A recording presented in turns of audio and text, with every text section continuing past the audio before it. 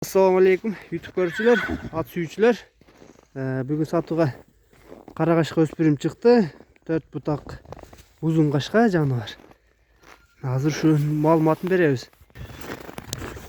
Азыр мына аттын эзинен Жанарбек браттан маалыматын алып беребиз. Алды жактарын көргүлө. Мына стойкасын көрсөтөйүн. Биринчи бир айланып көрсөтөйүн кандай экен. Мүчө башын көргүлө. Жанарбек жашы кандай бунун? Полторашка жаста 2 жашыга та. Не порода бул? Карабай.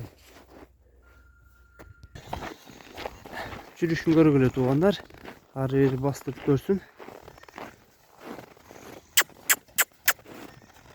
Жака жакыныраак келиңчи.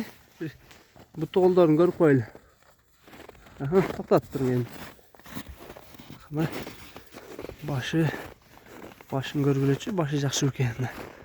Узун кашка экен жаныбар. Чумгар экен. Омурунун кеңдигин көргүлө. Буттары таза Жанарбек?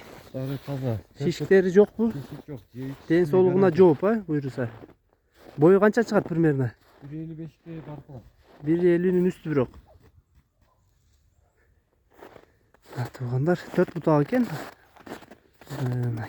Бир буту кичинераак экен да. Арка жагынан туяктын үстүнөн тегеренген экен. Жаныбар. Чуркатыңчы мында кыймыл аракетин көрөйүчү баскандарын.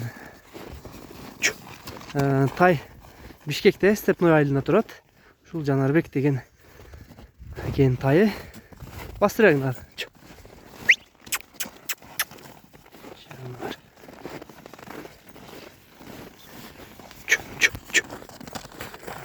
Чумгар экен да, өңү көмүрдөй капкара экен туугандар.